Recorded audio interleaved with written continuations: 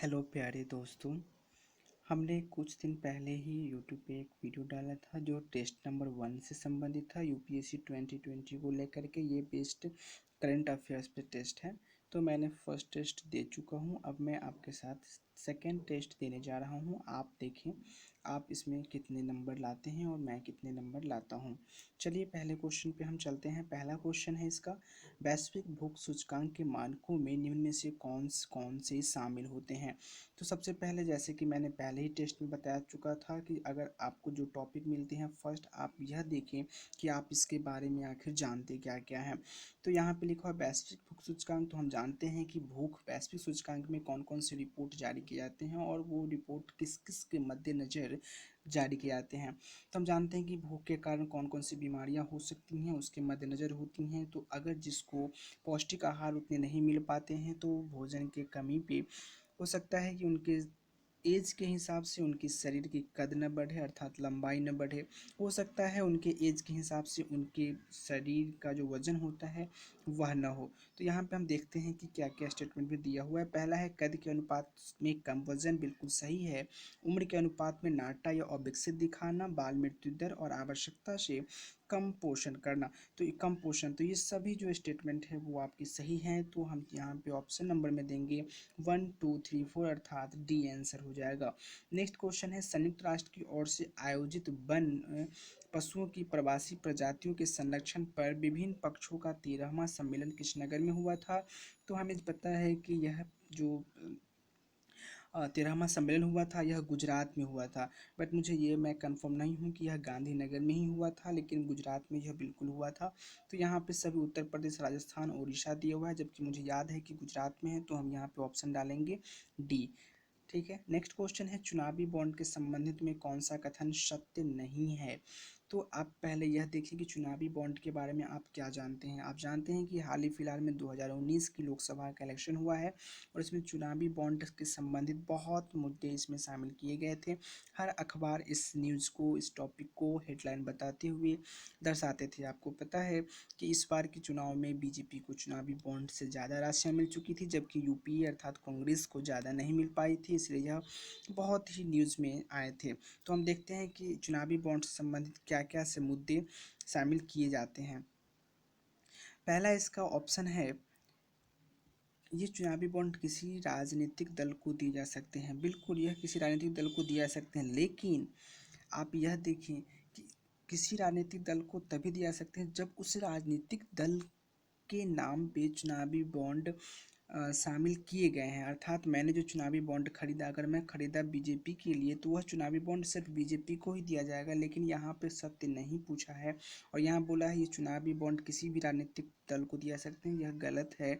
क्यों? क्योंकि हम जिसके नाम से रजिस्टर्ड करेंगे वो उसी को मिलेगा। नेक्स्ट है, ये बॉन्ड केवल स्टेट बैंक ऑफ इंडिया से खरीदा जा सकता है। बिल्कुल, और वो भी सभी स्टेट बैंक ऑफ इंडिया जो है जिसकी शाखाएं हैं, सभी शाखाएं से भी नहीं खरीदी जा सकती थी। यह उन शाखाओं से खरीदी जा सकती थी जिसको स्टेट बैंक ऑफ इंडिया ने अपने उसके साथ रजिस्टर्ड किया है। फिर यहाँ पे इन बैंकों की खरीदी केवल खातों के माध्यम से ही की जाती है। बिल्कुल यह खाते के माध्यम से ही की जाती है ताकि आयकर विभाग की नज़र इस पर बनी रहे। लेकिन आप जो चुनावी बॉन्ड किसी को दिए और वो पार्टी हार गई तो फिर वो आपके वो रिपोर्ट वो पार्टी जो जीती है उसको नहीं दी जाएगी, ताकि आपको यह प्रदर्शित ना हो सके कि आपने उस पार्टी को सपोर्ट किया था। नेक्स्ट है, ये बॉन्ड व्यक्ति, संस्था या कंपनी कोई भी खरीदी जा सकती हैं। बिल्कुल कोई भी खरीदी जा सकती हैं। तो इसका ऑप्शन नंबर हो जाएगा एक, क्योंकि पूछा है सत्य नहीं है। नेक्स्ट क्वेश्चन है, पैरा ओलंपिक एवं स्पेशल ओलंपिक खेलों के बीच अंतर के संबंध में निम्न दो कथनों का अवलोकन करें। पैरा ओलंपिक में भाग लेने वाले दिव्यांग वर्ग श्रेणियों स्पेशल ओलंपिक की तुलना में काफ़ी अधिक होती हैं। बिल्कुल सही बात है। पैरा ओलंपिक खेलों में भाग लेने के लिए खिलाड़ी को एक निश्चित मानक का प्रदर्शन करना होता है, जबकि स्पेशल ओलंपिक के लिए ऐसा कोई शर्त नहीं है। और हमें पूछा है सत्य, तो यहाँ पे ऑप्शन है सत्य, दोनों ए एंड टू। तो हम यहाँ पे ऑप्शन में देंगे जो होगा एक और दो, सी है इसमें। नेक्स्ट क्वेश्चन है, वित्तीय घाटे के संदर्भ में निम्न तीन कथनों का अवलोकन करें। वित्तीय घाटा क्या होता है? आपने देखा होगा कि आमदनी 98 खर्चा रुपया, एक मूवी का नाम था, आपने उसको सुना होगा। तो बीते घाटे के मेरा सीधा सा मतलब ये है कि आपने खर्चा कितना भी कर लिया लेकिन कमाया बहुत कम ने। यहाँ पे क्वेश्चन स्टेटमेंट दे रखा है, देखते हैं स्टेटमेंट में क्या बोल रहा है, जबकि हमको पूछ रहा है सत्य स्टेटमेंट कौन सा है। हवाई अड्डे और राजमार्ग बनाने जैसे कार्यों में पूंजी निवेश के लिए जो ऋण लिया जाता है उसे पूंजी घाटा कहते हैं। पहला स्टेटमेंट बिल्कुल सही है। नेक्स्ट है अपने कर्मियों के वेतन ही देने हेतु लिए गए कर्ज को राजस्व अथवा चालू घाटा कहते हैं, बिल्कुल ये भी सही है।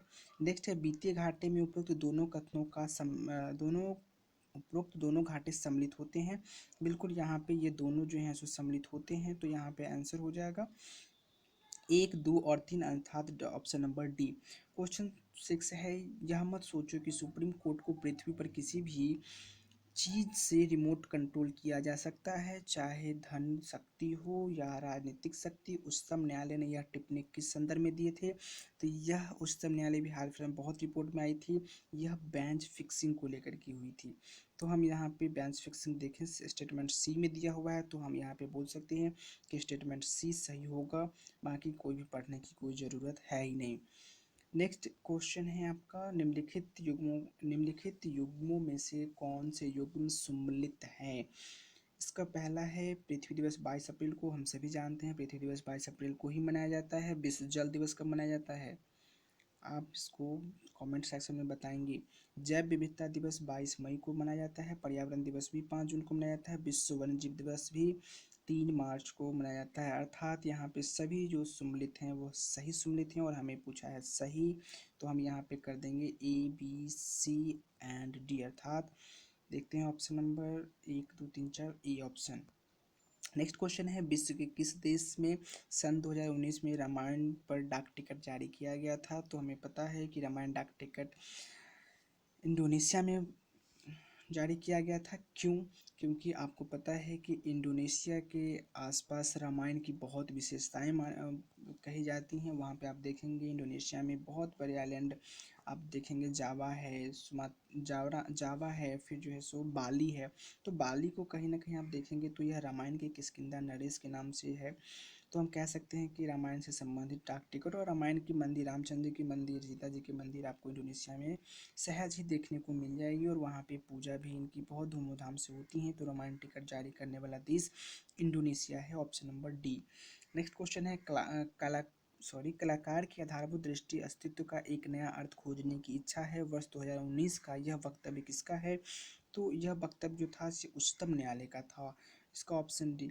दोस्तों मैं यहाँ पे ज़रूर बोलना चाहूँगा कि हम लोग भले ही हम लोग हिंदी हिंदी स्टूडेंट के हिंदू सॉरी हिंदी लैंग्वेज के हम लोग स्टूडेंट हैं, लेकिन फिर भी मैं यहाँ पे मेंशन जरूर करना चाहूँगा कि कहा जाता है ना कि अगर हिंदू ना पढ़ेंगे या कोई भी इंग्लिश अखबार ना पढ़ेंगे फिर भी यूपीएससी बड़ी सहजता से पास किए जा सकते हैं। हाँ बिल्कुल किए जा सकते हैं, लेकिन जो क्वालिटी जो होती है इंग्लिश न्यूज़पेपर की ना, वो क्वालिटी आपको हिंदी न्यूज़पेपर में नहीं देखने को मिलेगी। मेरा भी यह खास अनुभव है। आप यहाँ पे ही देख लीजिए, यह जो है कलाकार के आधार दृष्टि अस्तित्व का एक नया खोजने की इच्छा है, यह मैंने इंग्लिश न्यूज़पेपर में पढ़ा था, लेकिन जब मैंने इसको हिंदी में खोजा तो मुझे कहीं नहीं मिला था।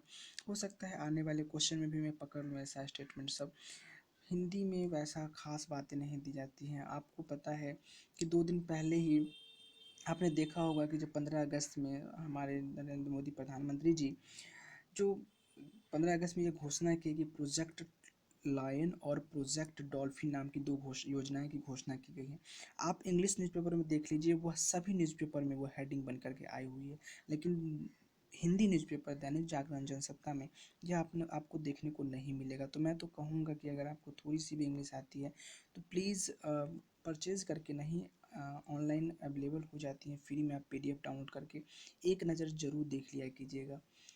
वैसे भी यूपीएससी पास होती है, लेकिन वैसा नंबर तो हिंदी मीडियम वाले को नहीं ही मिलता है। आप देख ही लें इस बार की भी रिजल्ट कितना गड़बड़ आ चुका है।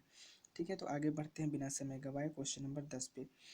10वां क्वेश्चन है, श्रीलंका ने कोलंबो बंदरगाह के पूर्वी टर्मिनल विकास की निम्नलिखित में से किन देशों के साथ साझेदारी की है। तो आप बिल्कुल हाल फिलहाल में रिपोर्ट में आया है और ये बार बार होती है। श्रीलंका कभी इससे पाँव पीछे करता है, कभी सपोर्ट करता है, कभी कुछ करता है, कभी कुछ करता है। इसमें सपोर्ट किया था भारत और जापान दोनों साथ मिल करके जो है इस स्पोर्ट को डेवलप कर रहा है। तो इसका आंसर हो जाएगा 2 और 3। सही पूछा है, तो हम यहीं पे 2 और 3 मारेंगे। यहाँ पे है रिसेट 2B, उपग्रह के संबंध में निम्न कथनों का अवलोकन करें। रिसेट, यह अंतरिक्ष में भारत के छवि चित्र भेजने वाला उपग्रह है। बिल्कुल सही है। यह उपग्रह रात्रि में भी चित्र लेने में सक्षम है। बिल्कुल। बादल में छाए रहने पर यह खराब मौसम में यह चित्र नहीं ले सकता। आप एक बात गौर करें, खराब मौसम में अर्थात बारिश वगैरह में, तो हम जानते हैं कि भारत में अक्सर 4 से 5 महीने जो है सो ठंडे के मौसम में कोहरा लगा होता है, जिसको हम उस टाइप पे बोलते हैं ना रीजनल लैंग्वेज में। तो अगर वो लगेगा तो हम वो रीसेट 2B जो लॉन्च किए हैं उससे हमें क्या बेनिफिट हो सकता है कि उस समय में कोई आक्रमण हो जाए या कुछ और भी हो जाए। तो यहाँ पे हम अगर अपने कॉमन सेंस की यूज़ करेंगे तो हम इस स्टेटमेंट को निगलेक्ट कर सकते हैं और ऑप्शन नंबर सही पूछा है, तो हम यहाँ पे 1 और 2 स्टेटमेंट को सही मान सकते हैं। तो यहाँ पे हो जाएगा 1 और 2 अर्थात ऑप्शन नंबर बी। नेक्स्ट है समाचार पत्रों में चर्चित हुआवे। तो हुआवे जो है वो तो आप चाइना को लेकर के बहुत ज़्यादा चर्चित होंगे ही, क्योंकि हुआवे 4G नहीं 5G को लेकर के बहुत ज़्यादा न्यूज़ में होती हैं। 5G को हुआवे ही कंपनी जो थी वो लॉन्च करने वाली थी, लेकिन अब यह इतना दयनीय स्थिति हो चुका है कोरोना को लेकर के, जो अब इसको जो है सो रिपोर्ट से में उतना लाया ही नहीं जाता है। और हुआवे को आपको जानते हैं कि ये 2 साल से न्यूज़ में फैला हुआ है, जबकि उस समय से जब इसके CEO जो थे उनके पुत्री को कनाडा सरकार ने अरेस्ट कर लिया था, और मे भी हो सकता है कि अभी तक भी वो जेल में ही होंगे। तो हमें पता है कि यह ऑप्शन नंबर दूरसंचार नेटवर्क प्रदान चीनी कंपनी, बिल्कुल ऑप्शन नंबर ए जो है सो इसका ऑप्शन सही हो जाएगा। तो हम यहाँ पर ऑप्शन नंबर ए पे क्लिक करेंगे। नेक्स्ट है, निम्न में से किस देश में निर्वाचन सांसदों के कार्यकालों के बीच ही मतदाताओं द्वारा वापस बुलाने के अधिकार संबंधी कानून पारित किए गए हैं? तो यह किए गए हैं ब्रिटेन में। आपको पता है कि ब्रेग्जिट को लेकर के ब्रिटेन बहुत सारे न्यूज में बने हुए हैं, तो यहाँ पे हम कह सकते हैं कि इसका ऑप्शन नंबर हो जाएगा डी। नेक्स्ट क्वेश्चन है, भारतीय संविधान के प्रत्येक भाग का आरंभ उस भाग की मुख्य विषय वस्तु को प्रतीकात्मक रूप से अभिव्यक्ति करने वाले एक चित्र के साथ होता है। संविधान के एक भाग का आरंभ कृष्ण के उपदेश के साथ होता है। संविधान के इस भाग की मूल विषय वस्तु क्या होंगी? तो इसके विषय वस्तु होंगे आपका उद्देशिका, मौलिक अधिकार, राजनीतिक तत्व, संघ। मेरे हिसाब से इसका आंसर होना चाहिए सी, राज्य के नीति निर्देशक तत्व, option number C. Next question है, लोकसभा अध्यक्ष के निर्वाचन के संबंध में निम्नलिखित में से कौन सा कथन सत्य है? पढ़ते हैं, उसे मंत्रिपरिषद की सलाह पर नियुक्त की जा सकती है। यह तो देख करके ही लगता है कि मंत्रिपरिषद की सलाह पर उसे नियुक्त नहीं किए जाते। नेक्स्ट है, आपको पता है कि मंत्रिपरिषद, लोकसभा अध्यक्ष पूछ रहा है, लोकसभा में मंत्रिपरिषद कहाँ से? नेक्स्ट है, संसद के दोनों सदनों के सदस्य मिलकर उसका चुनाव करते हैं। लोकसभा के सभी सदस्य मिलकर संसद के दोनों सदन कहाँ से आ जाएंगे? लोकसभा का है तो उसमें राज्यसभा क्या करने के लिए आएगा? तो सेकेंड स्टेटमेंट भी इसका गलत हो जाएगा। तीसरा है, लोकसभा के सभी सदस्य मिलकर उसका चुनाव करते हैं, बिल्कुल यही आपका फोर्थ नंबर जो है सो आंसर इसका होगा। चौथा है, लोकसभा में बहुमत वाले दल के सदस्य चुने जाते हैं। मेरे हिसाब से इसका सी आंसर होगा। ऑप्शन नंबर सी पे हम टिक करते हैं। नेक्स्ट क्वेश्चन है, शून्य बजट खेती क्या होता है? तो जीरो बजट फार्मिंग आप जानते हैं कि कम लागत और ज़्यादा उत्पादन। देखते हैं इसमें कहाँ पे है वो स्टेटमेंट। वित्तीय बजट के कृषि क्षेत्र के लिए धन का प्रावधान न होना, कृषि की पुरानी पद्धति देख लेते हैं यह क्या है।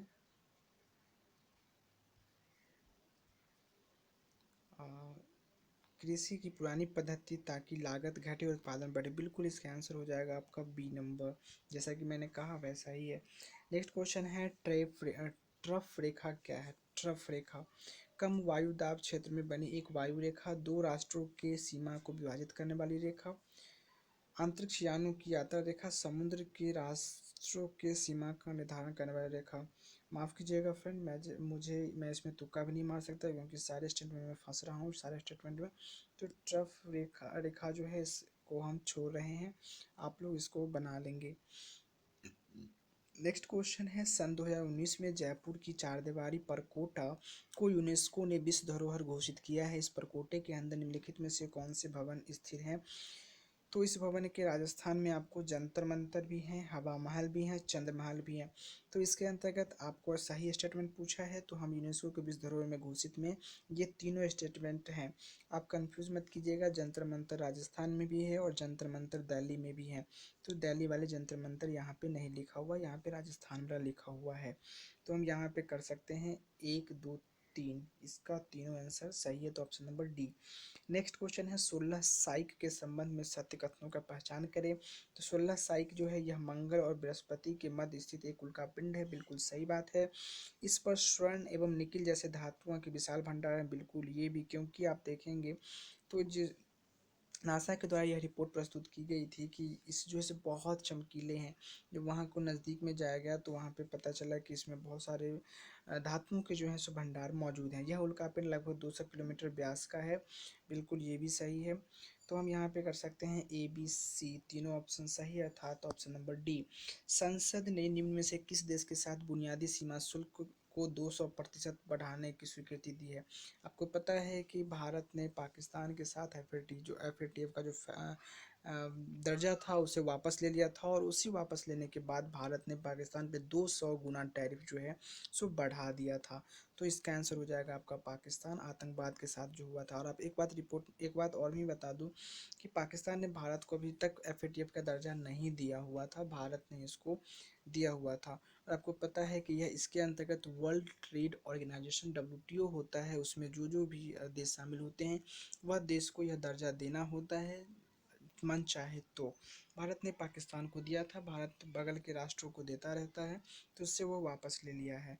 नेक्स्ट क्वेश्चन है, भारत के लिए भूटान भूटान का इतना अधिक महत्व क्यों है? चलते हैं स्टेटमेंट पे।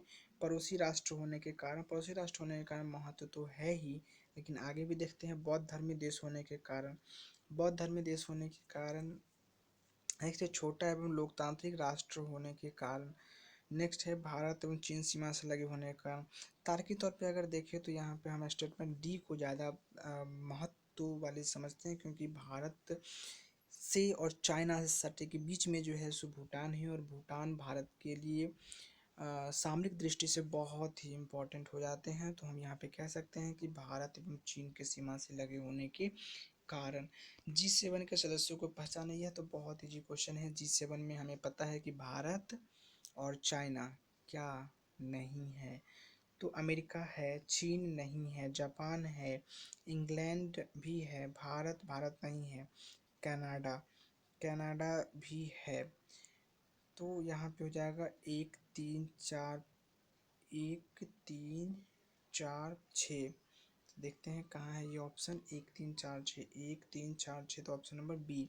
मैं यहाँ पे क्वेश्चन पूछता हूँ, G20 में भारत है कि नहीं? आप लोग कमेंट में बताएं। ठीक है, G20 जो ग्रुप है, ग्रुप ऑफ 20, ग्रुप ऑफ 7, यह सब ग्रुप है, इसमें आप याद रखेंगे कि इसमें भारत है कि नहीं। अगर भारत उसमें है तो वह जो क्वेश्चन है वह जो ऑर्गेनाइजेशन है, ग्रुप है, वह बहुत इंपॉर्टेंट हो जाते हैं। नेक्स्ट क्वेश्चन है, यात्री विलियम फिंच के बारे में निम्नलिखित कथनों का अवलोकन करें। वह इंग्लैंड के निवासी थे। मैं यहाँ पे एक क्वेश्चन और कोट करना चाहूँगा, यात्री विलियम फिंच के बारे में यह क्वेश्चन क्यों यहाँ पे पूछा गया है? जब ये उत्तर प्रदेश में जो राम मंदिर है ना, उसके बारे में जो रिपोर्ट आई थी, मतलब न्यायालय ने जो रिपोर्ट प्रस्तुत की थी, उसमें यात्री विलियम फिंच की एक पुस्तक है, अर्ली ट्रेवल इन इंडिया, यहाँ पे उसका नाम भी लिया हुआ है, अर्ली ट्रेवल इन इंडिया नामक पुस्तक में इसकी वृतांत की जो कथा है, मतलब जो अपने बुक में वो उसको मेंशन किए हुए हैं। तो यहाँ पे यह बात लिखी गई थी। अब मैं यही बात और भी बता दूं कि यह भी रिपोर्ट आपको किसी भी दैनिक जागरण हो या जनसत्ता हिंदी मीडियम वाले अखबार में यह देखने को नहीं मिलेगी। तो मैंने वहीं से इसको कॉपी किया था, मैंने पढ़ा था। तो यहाँ पे यात्री विलियम फिच के बारे में कथनों का अवलोकन करें, और पूछ रहा है कौन से कथन सही है। तो वह इंग्लैंड के निवासी थे, तो यहाँ पे बिल्कुल सही बात है, वह इंग्लैंड के निवासी ही थे। नेक्स्ट स्टेटमेंट है, सन 1854 में इन्होंने भारत की यात्रा की थी। नहीं, वहाँ पे लिखा हुआ है कि इन्होंने 1800 बक्सर का युद्ध कब हुआ था? 1800 1764 में बक्सर का युद्ध हुआ था ना। तो 1764 नहीं, ये 1776 में था, 1800 गलत, सॉरी, ये गलत होगा। इन्होंने आए थे 1766 में। बक्सर युद्ध के 2 साल बाद इन्होंने भारत की यात्रा की थी। इनके बुक में पूरा लिखा हुआ है, वैसे भी वो न्यूज़पेपर में दिया हुआ था। नेक्स्ट क्वेश्चन है, फिच ने अपने यात्रा वृत्तांत को अर्ली इंडियन ट्रेवल्स नामक पुस्तक में प्रकाशित हुआ था में उल्लेख है कि अयोध्या में एक मंदिर था या है। तो यह बिल्कुल सही है, तो इसका स्टेटमेंट हो जाएगा 1 और 3 सही। इसका मतलब option number 1 is correct. Next question is, निम्न में से किन किन को 2019 में भारत रत्न अलंकार प्रदान करने की घोषणा की गई है? तो भारत रत्न किन किन को दिया गया, हमें पता है कि प्रणब मुखर्जी हमारे भारत के पूर्व राष्ट्रपति, सुभाष चंद्र बोस इनको यह नहीं देने की घोषणा की, भूपेन हजारिका 2017 से ही न्यूज़ में ज़्यादा हैं। आपको पता है कि भूपेन हजारिका एक पुल भी बना हुआ है जो मेरे हिसाब से 9 साढ़े 9 किलोमीटर की है। एशिया की शायद पहली या दूसरी, शायद दूसरी सबसे लंबी पुल है भूपेन हजारिका पुल, जिसको हम जानते हैं। यह मेरे हिसाब से असम और अरुणाचल प्रदेश को जोड़ने का कार्य करता है। तो भूपेन हजारिका जी को भी मिला है और नानाजी देशमुख जी को भी मिला है। तो हम यहाँ पे कह सकते हैं पंडित दीनदयाल उपाध्याय को नहीं मिला है। तो प्रणब मुखर्जी, 3 आदमी को मिला था, प्रणब मुखर्जी, भूपेन हजारिका और नानाजी देशमुख। ऑप्शन नंबर 1, 3 और 4, तो हम देखते हैं ऑप्शन इसमें क्या है। 1, 3 और 4, option number B is correct. Next question is, शेरों के संबंध में कथनों को विचार करें लायंस के बारे में। विश्व के लगभग 3/4 शेर भारत में है, बिल्कुल यह स्टेटमेंट सही है और सही स्टेटमेंट ही हमसे पूछ रहा है। नेक्स्ट स्टेटमेंट है, भारत में सबसे अधिक शेर मध्य प्रदेश में नहीं, भारत में सबसे अधिक शेर गिर वन में है, गिर जो है गुजरात में, उसमें है। थर्ड स्टेटमेंट, एशियाई शेर भारत के गुजरात के गिर जंगलों में पाए जाते हैं, बिल्कुल यह पहले भी बताया सेकंड स्टेटमेंट को लेकर के, और यहाँ पे थर्ड में भी दिया हुआ है। सही पूछा तो इसका सही होगा 1 और 3, ऑप्शन नंबर 1 और 3 इज करेक्ट आंसर। सो हम लिख सकते हैं कि इसका आंसर हो जाएगा 1 और 3, option number C.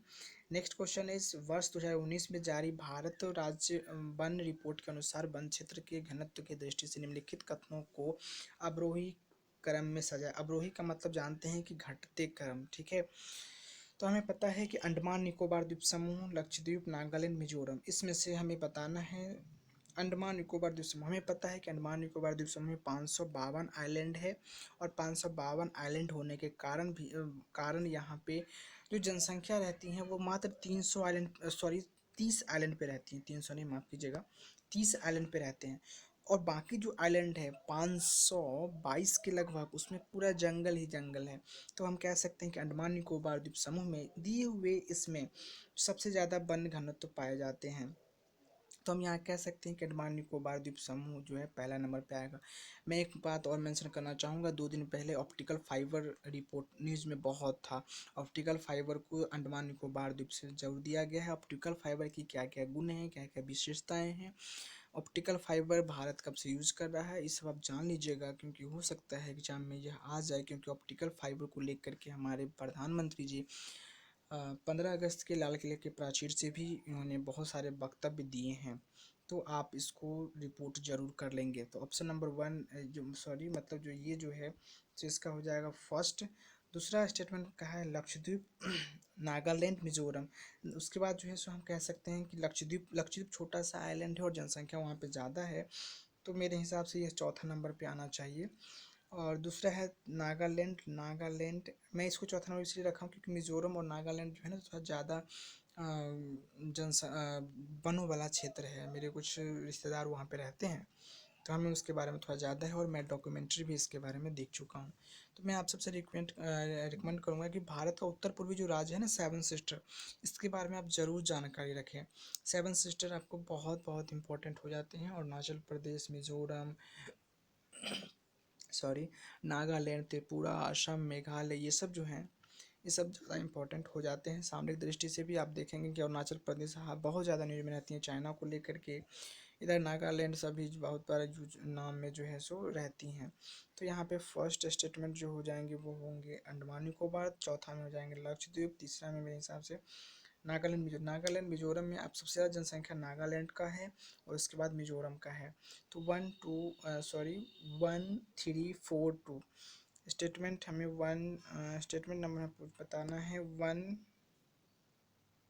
1342 option number D is correct answer. Next question is सन 2019 में शुरू किए गए राष्ट्रीय पशु रोग नियंत्रण कार्यक्रम के संबंध में निम्नलिखित कथनों का अवलोकन करें। ये भी आपका करंट अफेयर्स के इंपॉर्टेंट क्वेश्चन से संबंधित हैं। यह सही क्वेश्चन पूछ रहा है, सही स्टेटमेंट, तो हम कह सकते हैं यह पूर्णतः केंद्र सरकार द्वारा प्रायोजित योजना है। बिल्कुल यह केंद्र सरकार द्वारा ही जो है सुप्रायोजित, इसमें राज्य सरकार का कोई सहयोग नहीं है। इस योजना के मुख्यतः पशुओं के मुख पका तथा खुर पका रोगों संबंधित टीके लगाए जाएंगे। ठीक है, लेकिन पशु से संबंधित तो है, लेकिन ये मुख पका और खुर पका, मुझे इस दो शब्द के अर्थ मुझे नहीं पता है, लेकिन ये पशु संबंधित है तो हो सकता है मैं इसको सही कर दूं। नेक्स्ट है, यह कार्यक्रम मुख्यतः गायों तक सीमित है। गायों तक नहीं, पशु तक सीमित है, तो इसमें सभी मवेशियाँ आ जाएंगे, चाहे गाय हो, भैंसे हो, चाहे अदर जो भी हैं वो सब। तो इसका स्टेटमेंट हम 1 और 2 मारने वाले हैं, तो ऑप्शन नंबर बी में दिया हुआ है। नेक्स्ट क्वेश्चन है 28 सन 2019 में सरकार ने सर्वोच्च नागरिक पुरस्कार देने की घोषणा की है। यह पुरस्कार किन व्यक्ति के नाम से दिया जाएगा? आपको पता है यह न्यूज़ तब बना था जब स्टैचू ऑफ यूनिटी का रिपोर्ट में आई थी। स्टैचू ऑफ यूनिटी किनका है? सरदार वल्लभ भाई पटेल को लेकर के। तो हम यहाँ पे कह सकते हैं कि इसका ऑप्शन नंबर हो जाएगा ए। आपको पता है कि स्टैचू ऑफ यूनिटी की हाइट कितनी है? बताइए। आपको हाइट जानने के लिए मैं बता दूं कि स्टैचू ऑफ यूनिटी की हाइट उतना ही है जितना कि गुजरात के विधानसभा का सीट है। अब बताइए गुजरात की विधानसभा का सीट कितनी है? मैं यहाँ पे फिलहाल दे देता हूँ, सरदार वल्लभ भाई पटेल 182 है। नेक्स्ट क्वेश्चन है भारतीय सिनेमा के जनक दादा साहब फाल्के की पहली फिल्म कौन थी? तो राजा हरिश्चंद्र थी। तो हम इसका ऑप्शन नंबर मारेंगे सी। ये तो सब जानते हैं हम सभी, जो ऑप्शन राजा हरिश्चंद्र जी की फिल्म आई थी, राजा हरिश्चंद्र फिल्म आया था दादा साहब फाल्के जी का। नेक्स्ट है हाल ही में ग्रेटा थनबर्ग तो पूरा एकदम फेमस हो गई। अंडर 20 साल की लड़की हैं, पूरे फेमस हो चुकी हैं वो। तो ये जलवायु परिवर्तन के संदर्भ में बहुत सारे वक्तव्य देते हैं, हमेशा कहीं पे जाके बोर्ड लेके खड़े हो जाते हैं, जब बचाओ बचाओ बोलते हैं कि ब्राज़ील के जंगल है उसको बचाओ। आपको पता है कि बिरला ग्रुप जो है सो भारत का जो ऑस्ट्रेलिया में कोयला खदान करने वाला था, उसमें भी इन्होंने ब्लेम कहा कि नहीं कोयला खदान बंद होना चाहिए, ये होना चाहिए, वो होना चाहिए। अभी फ़िलहाल उसमें भी काम रुका हुआ है शायद। तो ऑप्शन नंबर ए है इसका सही आंसर। नेक्स्ट क्वेश्चन है महाबलीपुरम के संदर्भ में जो कथनों का विचार करें। मैं आपको बता दूं कला और संस्कृति से क्वेश्चन हमेशा आते रहते हैं, और देखिए हम इसको बोल सकते हैं कि कला और संस्कृति सेक्शन से आए हैं अंदर हिस्ट्री, लेकिन ये आप देखिए ये करंट अफेयर से भी संबंधित है। तो आप यहाँ भी इसको बार बार मतलब इस चीज़ को बार बार देखें। ठीक है, यह तमिलनाडु के में बंगाल की खाड़ी पर स्थित है। बंगाल की खाड़ी, बिल्कुल बंगाल की खाड़ी बताएं कि भारत के दाहिने तरफ है या बाएं तरफ? नेक्स्ट है, हम सब जानते हैं, लेकिन मैं एक बार और भी बता दूं, खैर छोड़िए। यह तमिलनाडु में बंगाल की खाड़ी पर स्थित है, बिल्कुल सही बात है। इस नगर की स्थापना चोल वंश के शासक आदित्य प्रथम ने की थी। चोल वंश की, मेरे हिसाब से चोल वंश यहाँ पे नहीं था, यहाँ पे कुछ और ही वंश था, पल्लव वंश था या शायद मेरे हिसाब से, लेकिन चोल वंश नहीं था। तो हम यहाँ पे कह सकते हैं कि इसका स्टेटमेंट दो जो है गलत है। हमें पूछ रहा है सही स्टेटमेंट, इसलिए हम दो स्टेटमेंट को गलत कर देते हैं।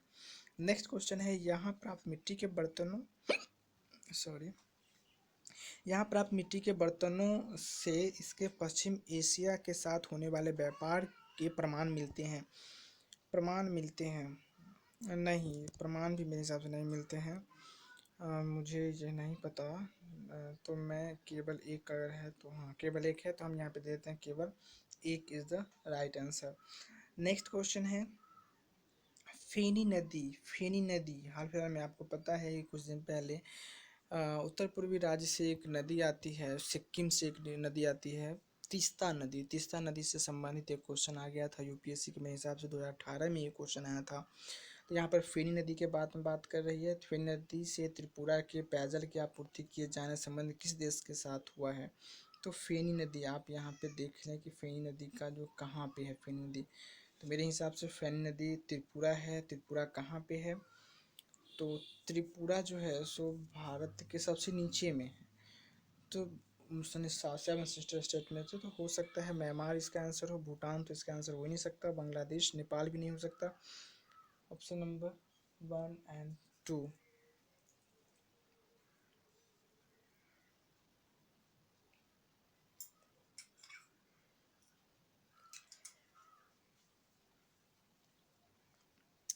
इसका आंसर, सॉरी फ्रेंड, थोड़ा बिजी हो गया था। तो इसका है म्यांमार और बांग्लादेश में से एक आंसर हो सकता है। तो आप इसको गौर करें कि फेनी नदी है कहाँ। तो मैं यहाँ पर मैप नहीं दिखा सकता, मैप दिखाऊंगा तो आप कहेंगे सर चोरी कर रहे हो। लेकिन मैं इसका ये बता दूं कि सिक्किम होने के, त्रिपुरा राज्य होने के कारण यह हमें म्यांमार से त्रिपुरा सटा ही नहीं है, भूटान से सटा ही नहीं है, सॉरी म्यांमार से सटा हुआ है, भूटान से और नेपाल से सटा ही नहीं है। तो इसका आंसर मेरे हिसाब से भूटान और बांग्लादेश, म्यांमार और बांग्लादेश में से कोई एक हो सकता है। हम यहाँ पे बांग्लादेश ज़्यादा हो सकता है, बांग्लादेश ही मान लेते हैं। सब 50-50 में तुक्का मारे हैं।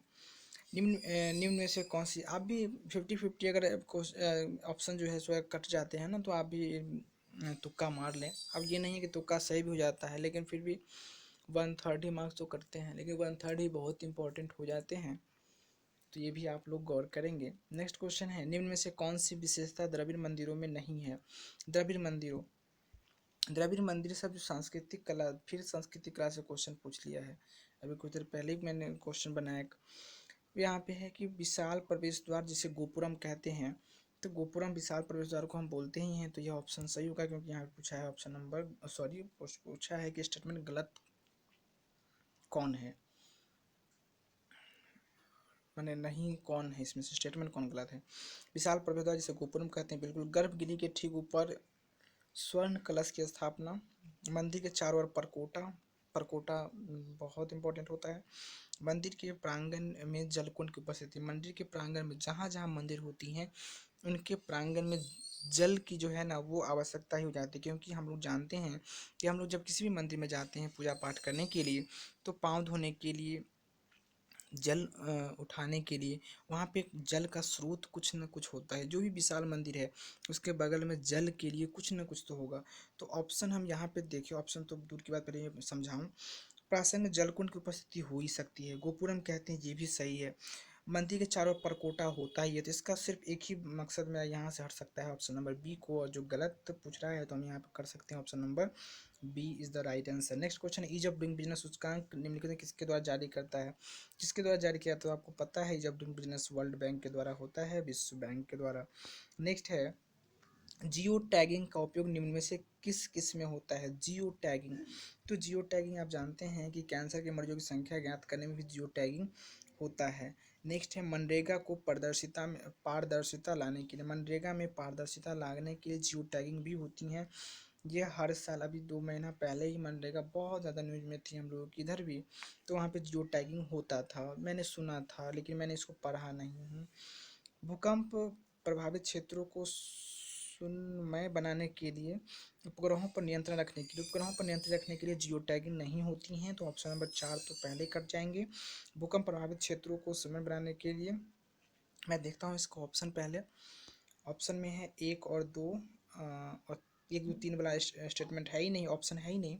तो मैं यहाँ पर 1, 2 मेरे हिसाब से पूरा सही है, तो हम यहाँ पे देते हैं 1, 2। अगर 3 रहता तो हो सकता है हम 1, 2, 3 दे देते हैं, लेकिन यहाँ पे 3 है ही नहीं, तो मेरे लिए और अच्छाई की बात है। तो हम यहाँ पे देंगे ऑप्शन नंबर 1 और 2, option number A. Next question है, निम्न में से किन बातों का संबंध पूर्व चुनाव आयुक्त TN सेशन से रहा है। Very very important, TN session. आप TN सेशन के बारे में जानते होंगे, यह एक IAS ऑफिसर थे का मतलब यह है कि इन्होंने अभी बहुत न्यूज़ में थी, कारण इनके नवंबर में इनकी देहांत हो गई है, 2019 नवंबर में।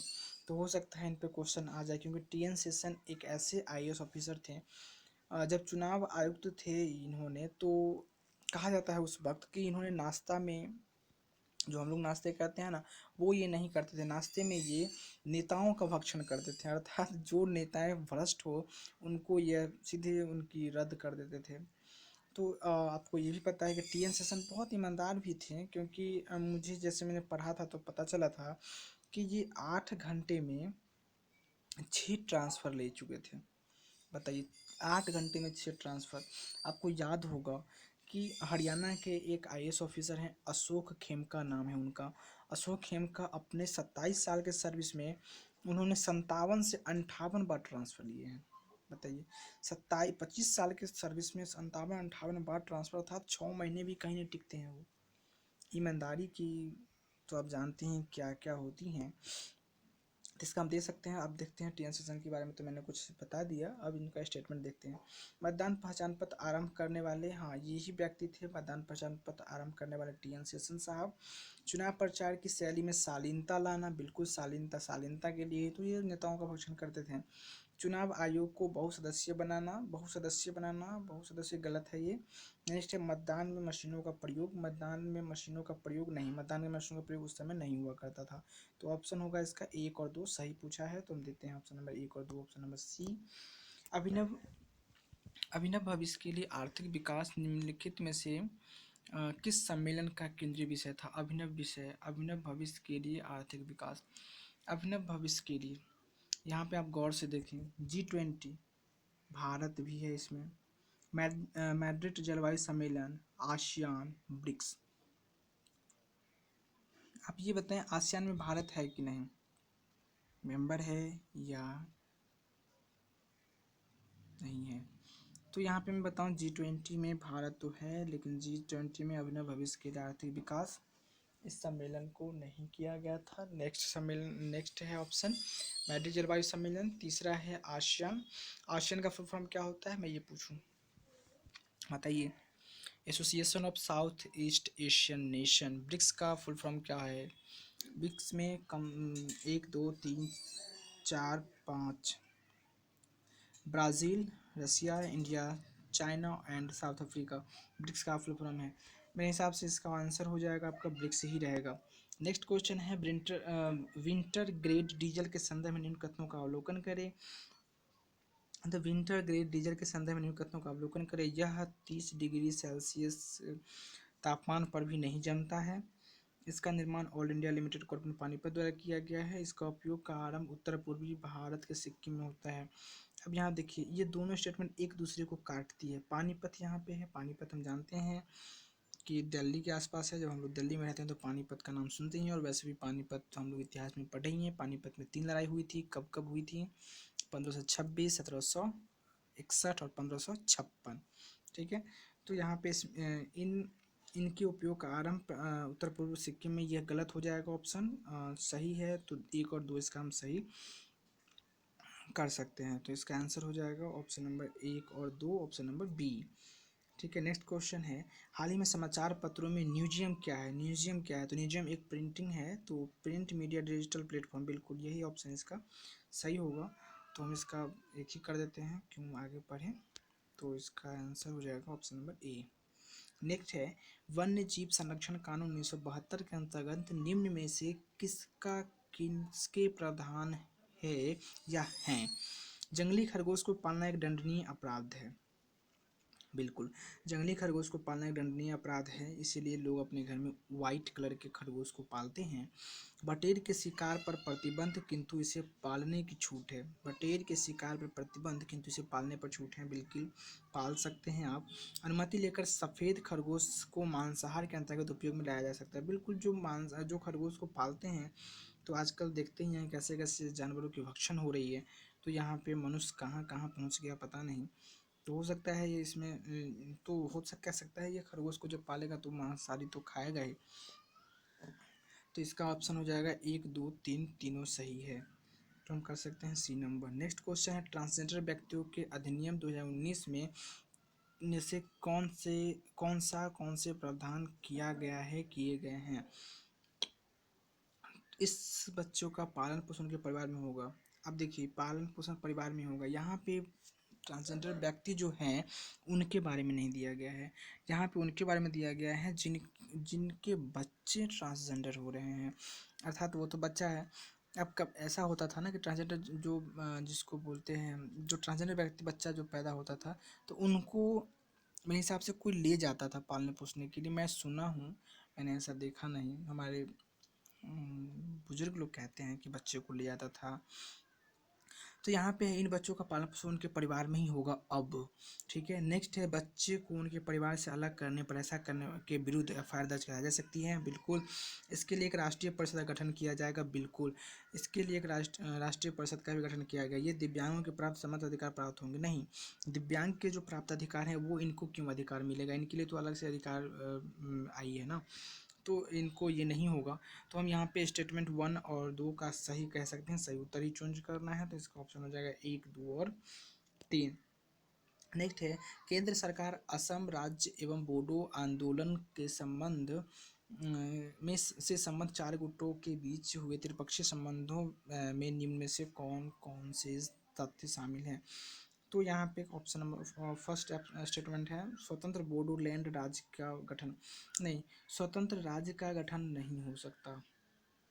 इसके अंदर मैं एक क्वेश्चन पूछ रहा हूँ आपसे, ये हमें ये बताइए कि किसी भी राज्य का जो क्षेत्रफल होता है उसकी स्वतंत्र अर्थात उसकी जो है सो मतलब अस्थायी रूप से इतना ही क्षेत्रफल रहेगा, इसकी स्वतंत्रता संविधान के संसद के द्वारा दिया गया है कि नहीं, ये आप बताइए स्टेटमेंट कमेंट में।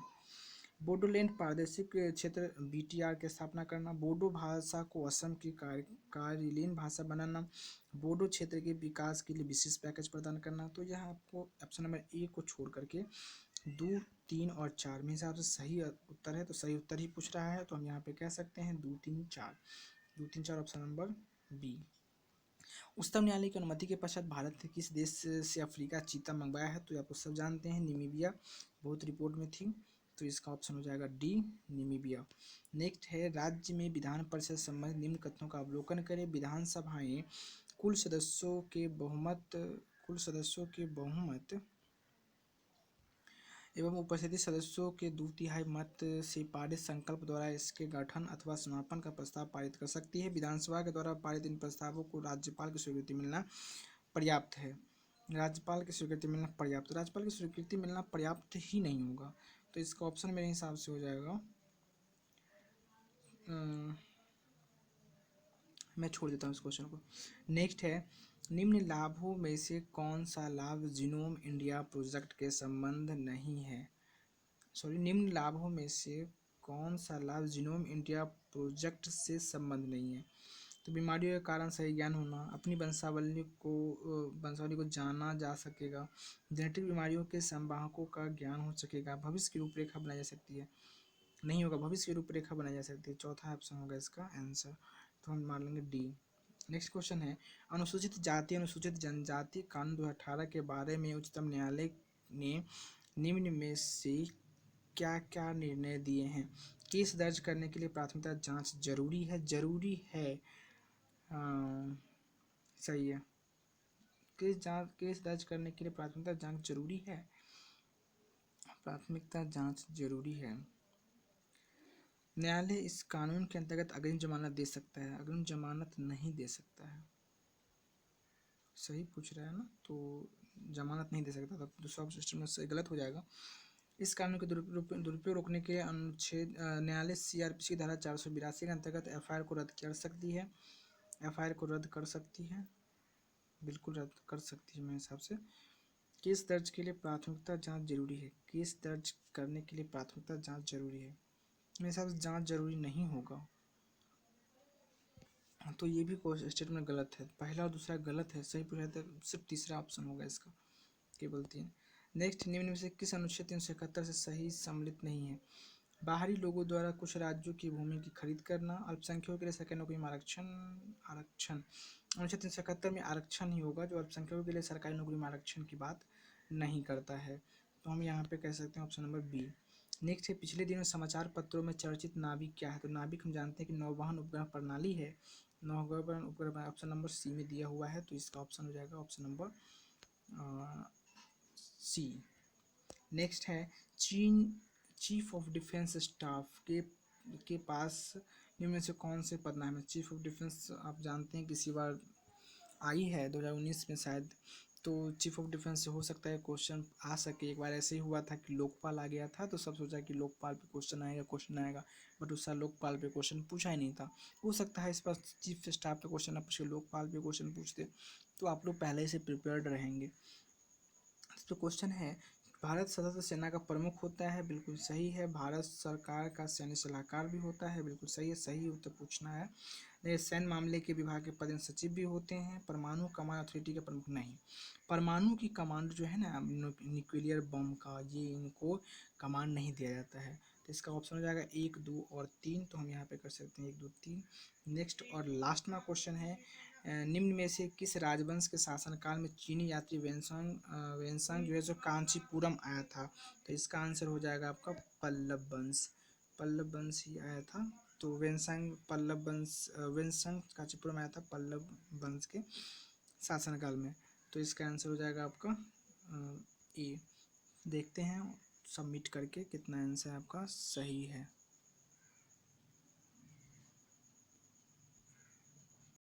सॉरी फ्रेंड, नेट ना होने के कारण मैं इस टेस्ट को सबमिट नहीं कर पा रहा हूँ। फ़्लाइट मोड में मोबाइल है, बट आप लोग खुद देख लेंगे। वीडियो में तो सारे रिकॉर्ड हो चुके हैं क्वेश्चन के आंसर। इसमें कुछ अगर गलतियाँ हो गई हैं बोलने में हो सकता है, या कुछ मैं अगर फास्ट बोल दिया हूँ, अगर स्लो बोल दिया हूँ, बीच बीच में अगर रुक गया हूँ, तो इसके लिए माफ़ कीजिएगा। फिर मिलते हैं अगले वीडियो में, तब तक के लिए धन्यवाद।